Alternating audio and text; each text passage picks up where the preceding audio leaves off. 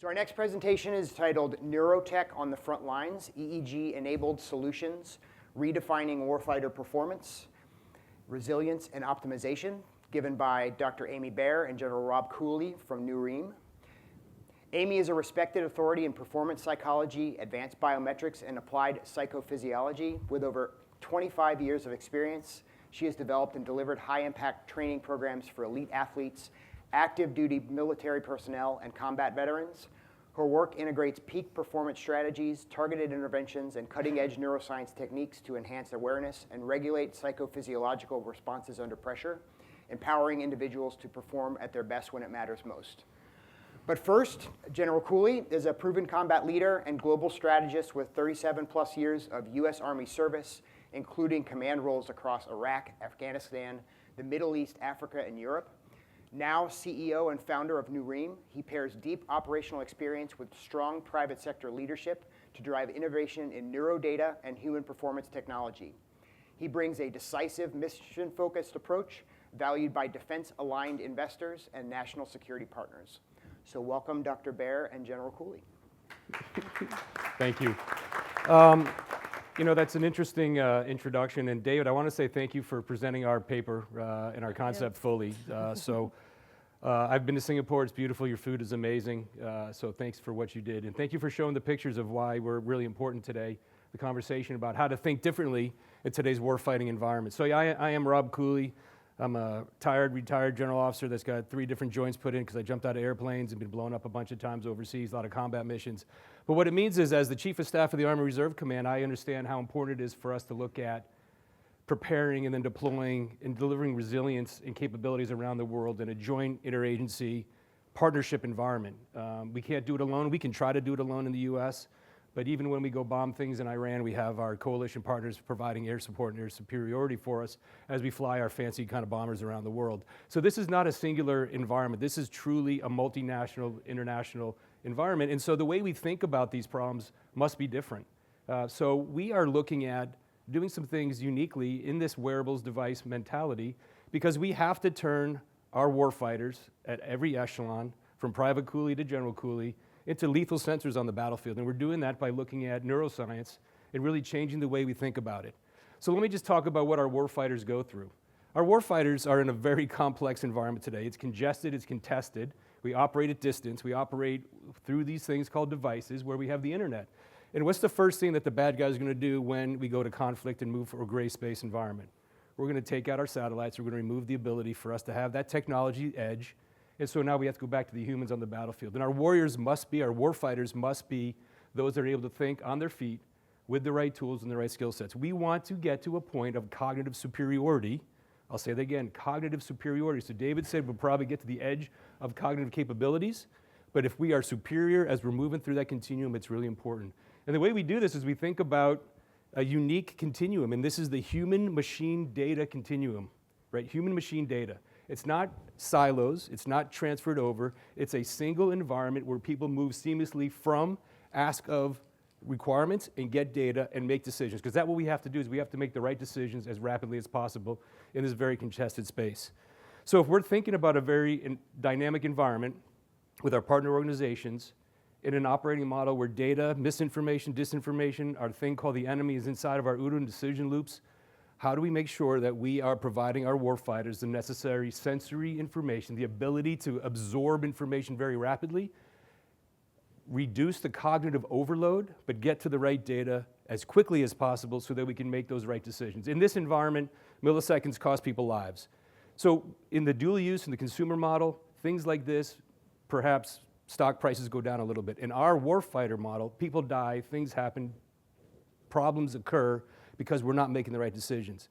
And if we don't have the right information, if we're not able to leverage the brain, and the brain is really the next frontier. So we've talked about neuroscience, we've talked about brain, we've talked about biomarkers, but the brain and neurodata that it provides us is really amazing. If we can harness and unleash and unlock the power of the brain, we turn our warfighters into lethal sensors, not just from a lethality, a targeting, but lethality in terms of understanding information and being very, very cognitive and very fluent in this environment called information influence. So as a civil affairs officer around the world, that's the way we spend our time. We could do lethal in tactical direct operations, but the idea was let's use information to our advantage, and that's what we're trying to do here as well. So if we think about a very complex environment, and David, thank you for showing your poor lieutenant who's in the trainer with the EEG cap on their head. So I will just offer that that's probably not a very usable format to collect brainwave information. We do it, it's very accurate, but it works in a simulator, but it doesn't work in a training environment, it doesn't work necessarily in a simulating environment, and it certainly doesn't work in an operational environment. So if we understand, if we believe the premise that neurodata is really the next frontier, how do we get to that neurodata? Well, what we do in our dual use capabilities is we create fabric as a sensor. One more time, fabric as a sensor. So not sensors sewn into exoskeletons, but actual materials and textiles that allow us to collect the clinical level brain information, use that information in very insightful ways. So when I say materials, I'm talking about things as easy as a pillowcase. So go to sleep at night. Sleep is actually the tech wedge for us to get into the brain, but now you don't have to think about it. We are invisible to the warfighter, we're invisible to a training environment, we operate in the same domains and activities that the warfighters do. Think about a compression wear t-shirt or the wristband materials that allow us to collect the brainwave information. Very minute electrical stimuli. We can also collect any other electrical emitter in the body, heart rate, cardiac, muscle twitch, eye movement. These are things that give us the insight to the brain. And if we allow ourselves to harness this information, protect and curate it, then we can deliver it. So fabric as a sensor meets the warfighters where they are. We're invisible to them, but yet we can still collect that same brainwave level information. Then we provide, through artificial intelligence and machine learning, the ability to ingest data from other correlative sources, such as biomarker information or simulation or other things, so that we can now give you a cognitive dashboard of the preparedness or the activities that you're doing in a training environment or a simulated training environment or even an operational environment. So what does that mean? The brain lights up and signals when it's stressed. I talked about the operating condition where there's cognitive overload, too much information coming in. If our warfighters are not very comfortable in absorbing a lot of information very, very rapidly, the brain is overloaded and it shuts down. And what happens when the brain shuts down? The body shuts down. Accuracy, decision making, the ability to have the right line of sight if you're going to target somebody with a rifle. All of this reduces considerably in these milliseconds that we're now reduced is life and death on the battlefield. So we can provide you that level of information. Why is this important? This is important because in a training and a simulation model, now I don't have to wait for the soldier, the warfighter to fail in an environment. I can predict by watching their brain's response to activities. And if their brain lights up and says, I've overstimulated, then I take Private Cooley off the line, I retrain them in the basic skill sets, and I can put them back in the line now and continue the training pipeline. And it's not just Private Cooley, it's all the way up to General Cooley. Right, one of the things we need to make sure is that our senior leaders at every echelon have the ability to make this cognitive decision very, very rapidly. And so we do a lot of war fighting, we do a lot of simulation, but what we don't do is we don't include and wrap around the actual context of the very difficult, very complex environment that our senior leaders need to make decisions in. And if we do this correctly, we can then watch their response to stimuli. The worst thing you have is somebody on the battlefield who talks a big story before they get there. The first bullet starts flying, they're the ones with their thumb in their mouth hiding behind the Humvee because they were not cognitively prepared nor physically prepared to operate in that environment. Senior leaders, we make decisions. As we move up an echelon, right, we hope our senior leaders are making the right decisions on our behalf because we are the ones that are acting in the foxholes in the trenches. If our senior leaders are overwhelmed and over-cognitively loaded, they're not going to make those good decisions. And the way the speed of battle works so rapidly today, we've got to make sure that our senior leaders have the right tools, the right information. So we can use this information, David mentioned it, we can use it in assessment opportunities. But you know what, if you look at our youngest warfighters that are coming in, 18, 19, 20 years old, the human brain hasn't really formed fully yet. So we don't want to take people that have potential to grow out of the operating system, but you do want to make sure that you can look at best in class, and I can compare Rob Cooley against best in class warfighters, aviators, air traffic control, athletes, because we know generally what the population says. Here's a general pop kind of analysis of a cognitive load. Here's the way the best in class operate, and oh, by the way, Rob, here's where you operate relative to that, so now I can look at retraining myself, putting myself into an environment where I can move very, very rapidly into different stimuli so I can become very, very good at what I'm doing.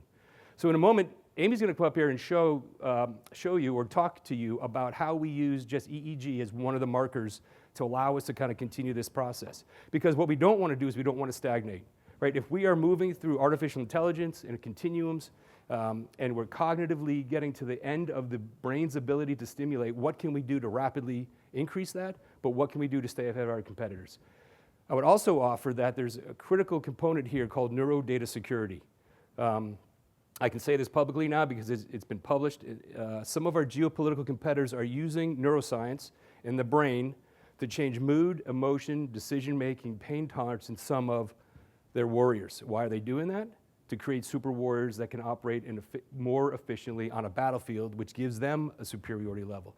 So the bottom line is we want cognitive superiority. We want our war fighters to have the tools, the information to improve themselves, to improve their leadership. But look at this inside of your simulation layer, look inside of your training layer, so it's not another bolt-on system that's not integrated inside of all of our other tools, but it's actually seamlessly integrated, so you're looking at feedback and response to the human being, to the brain, while inside these environments. So I'll turn it over to Amy now for a second. Thanks, Rob.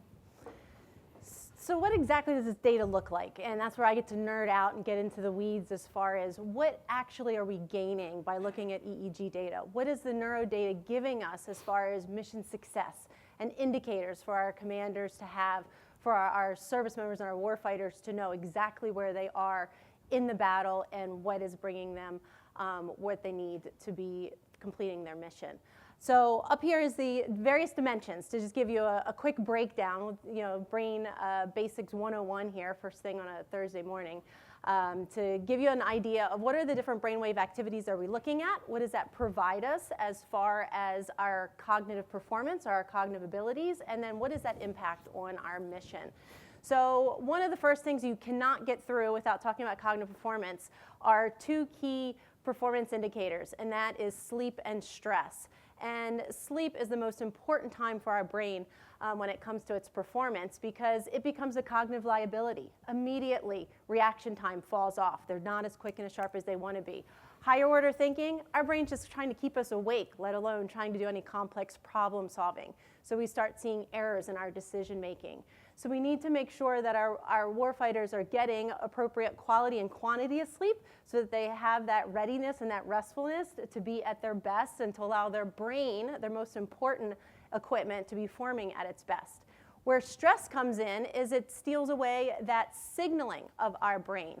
So if we're just feeling we're just going through the motions of what we're doing, then our brain does not have that clarity or that distinctfulness in order to send the appropriate signals for our body to respond appropriately and what's going on. Let's talk about attention. We know that different missions requirements, different attention dimensions and what we're looking at as far as focus. Are we in a mission that requires divided attention? How well are they allocating their attention on the right task in the right direction? Is it selective attention? Are they picking the right task at the right time and they're able to filter out any of those distractions or other things that are going on? And certainly sustained attention. How well are we able to stay on task for extended periods of time to make things happen along those lines? That's all of our theta activity, our attention lobe in the front of our brain that is making those dimensions and decisions effectively and what's going on. That's going to lead us into our situational awareness, all right? If we're being attentive to what's going on around us, that operational environment is going to be very key to how we need to respond appropriately. So do we have that big picture view of what's going on? Are we able to detail out everything that's happening very quickly and rapidly? Are we balancing that with our focal power and having our brain be able to say, focus in this direction, look at this moment, what is going on in this area? Do we have those balances between the two? That's our theta-beta ratio, that we're able to provide that information and make sure that we have that appropriate balance in what's going on. That's going to help with threat detection. That's going to help with environmental scanning when it comes to our mission and what's happening. So as we're getting into that situational awareness, certainly we want to be in that ready state. And our brain actually has an ideal frequency called SMR, 12 to 15 hertz, that we're able to run into that flow state. How are we effortless in what we're doing? How are we automatic? How do we have that enhanced clarity, that enhanced focus for us to do what we need to do, to not have to think about it, and to be able to get the job done? That is a great frequency for us to tap into. Now that readiness, just like with any frequency, if it becomes a strength overused, then it becomes a weakness for us. So if they're too on the go and too ready and have too much of that, we get into hypervigilance. Now they're constantly looking for what's going on. They're overly prepared and ready for what's happening, and that's not going to help them be centered and grounded in what they're able to do. Add action to it. Now not only are they ready, they're jumping the gun. And now we have impulsivity that we need to deal with, and that's going to create some errors, commission errors, and inappropriate responses with what's going on there. Cognitive capacity. Do we know what capacity our brains are looking at? And we hear a lot about cognitive load, but when we use the EEG, we can take an even deeper dive into our brain as a processor. How well are we uploading, downloading information? What is the capacity of information that our warfighters can handle? Can they drink from the fire hose and take a lot of information in? Or are they ones that are just going to have to kind of like chunk it out, let them digest, be a little bit more thoughtful and deliberate in their thinking process? So that's going to work into their decision making and the rapidness that they can handle the information that's coming at them in any given situation. So then active thinking comes into with our beta frequency. That's when our brain kicks into gear and consciously we think about what we're actually going to do and how we're going to perform. You'll hear warfighters talk about a brain fogginess. And I needed to think and I needed to respond, and I just felt this like little bit of that fogginess. They had that underfiring of their beta activity that was happening in that moment. They have that, I need to shake off the cobwebs. I need to be like, okay, brain, let's get ready to go, and have that happen. We want that to an extent depending on the activity that they're involved in. I love my EOD techs because we want them to be calm, cool, collected. We don't want them to be jumping the gun in that readiness state. When they are able to turn that brain off, they drop down, and then they're able to kick it in that immediate time. We don't want them pulling the wrong trigger or getting into things and being too overthinking or ruminating about what they're doing or the actions that they're about to be involved in. And then that higher order thinking. Certainly our tactical leads, we want them to have complex problem solving, deeper analysis, strategic planning in what they're doing. That's our higher beta frequency that we're going for. That gamma coherence, that synchronization, that integration of our brain firing on all levels and giving us everything that we need to be successful at what we're doing. So imagine your commander having a dashboard of all this detailed information in order to look at their unit readiness, to look at how they can shape their mission performance and able to be successful on the battlefield, to be able to know their strengths and vulnerabilities at any given time, real time, to be able to see what's going on. Do we have the right people completing the mission at the right time? Should we be switching people out? Because we're seeing some of that stress and that cortisol production, breaking down their ability to stay calm under pressure. That sleep deprivation that's getting the best of them and not making them as sharp as they want to be. So thinking about critical mission accomplishment, that operational dominance in the right time at the right moment for them to be successful. That's what EEG is going to bring us to the battlefield, and that's that nut and that opportunity that we really want to push forward, because it's going to really make a difference in the way that we fight moving forward. Yeah, so just to wrap up, so right, the statement across the top, soft truth number one, right? Humans are more important than hardware, special operations forces. So that's it, but we need to give our warfighters, our humans, the right tools, the right information, the right data to make data-informed decisions, and that's what this will do. This will provide us another level of neural data as a layer on top of all the other biomarkers that we have and all the other stimuli that comes in, to Amy's point, that we can make those rapid decisions, make them accurately, make them very quickly, and make them pointed so we understand where we're going. Right, are we gonna get stuck in this analysis paralysis? We cannot do that in today's environment. We must make decisions, we must make the right decisions as rapidly as possible. So thank you very much for the time, really appreciate it.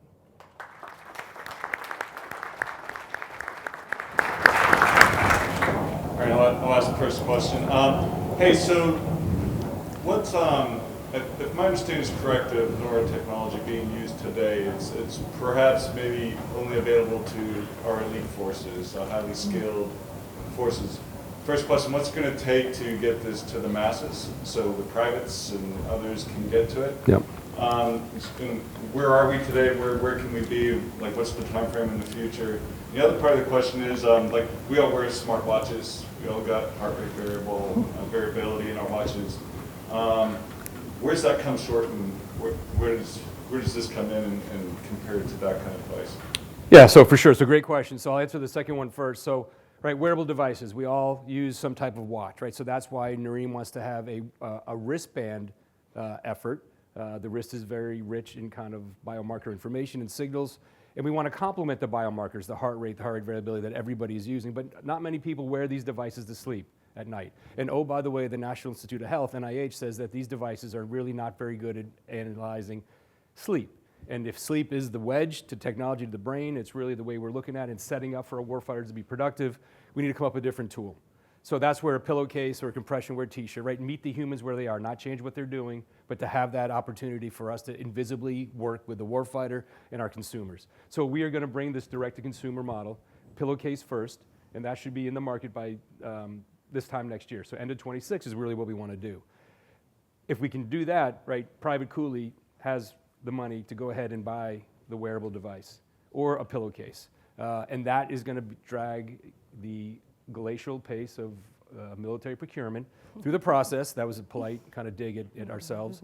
To get to the point where this is going to be something ubiquitous to every soldier. This is not meant to be just special operations. This is meant to be across the force. And again, not just the US forces, our international partners, right? If we are trying to simulate joint operations at distance and at scale, we must be in the same environment. We must have the same data layers. We must have the same neural data layers. We must be inside the simulation. We must be inside the training so that our Singaporean pilots that are on the F-35 or the F-16 are doing the same training environments that we are, because we are going to fight in the South China Sea is our kind of next opportunity. So that's how important that really is. Great question. Thank you, Bob. Sir. Thanks. Quick insight. I think the answer is not to make cheaper equipment better, but to make the best equipment cheaper to produce and more accessible. I agree. I've really valued our conversations over the last, just today. I really love what you're doing and admire it. You mentioned a number of psychological constructs, things like engagement and workload and attention. Top down, starting with the construct, looking for a signal. AI, modern machine learning algorithms are very much data-driven, coming from the bottom up and extracting whatever statistical regularities happen to be there. How do you marry the bottom up with the top down to effectively assess threats? So I think what we're looking at is we now have cognitive performance that we can map to a brain frequency. So now we're making it quantifiable. But what's happening traditionally in EEG is you need a high level of sophistication to interpret an EEG. You have massive amount of data that you're trying to break down and simplify in what's going on. And that's where the beauty of AI has really allowed us to get to that point. That's where opportunities to be able to look at EEG in a new and easier way, to be able to bring all those pieces together to be successful, is really the secret of how we're going to be able to move this forward. Because right now, like we said, we got the cap, we're in the clinical, it's very touchy equipment. We have them in a very sterile environment versus downrange. How much is this really making sense? You need really smart people to look at the data, to be able to interpret it and bring it all together. I think this is that collaboration of all the efforts to be able to say, what do we know about the brain? What frequencies is it providing? How can we pick that up very quickly and easily in something like Fabric or something that is not an additional thing that is going to have noise or have anything that's going to make it harder for the warfighter or harder for us to interpret what we're doing, and then bringing all that information together in a very usable, friendly information dashboard for our commanders to use, for our warfighters to know more about themselves, and then to learn how to better self-regulate. So I mean, that's a great question. And what I would offer is that our models are intended to ingest lots of data from outside of our sensor, right? So any other sensors that are providing information, to Amy's point, builds that data stack that allows us to then run the models, run the agents against it, become predictive. Now, the other thing that's unique, and I maybe wasn't clear enough, is over a certain amount of time, I can then drive to your specificity, right? You against general population is how we start, but over time it goes from general population to you, and then it becomes very precision oriented, which is unique because that's you inside of an environment with other kind of warfighters, other trainers, other folks, and that becomes very, very insightful because you can see the way you operate individually in combined with a team environment, in combined with an enterprise, and that's the really kind of unique thing behind what we're trying to do. All right, thanks. We're gonna have to cut it there. Please hijack these two on the way out so that you can ask additional questions. But let's give some time for our next speaker. Thank you very much. you.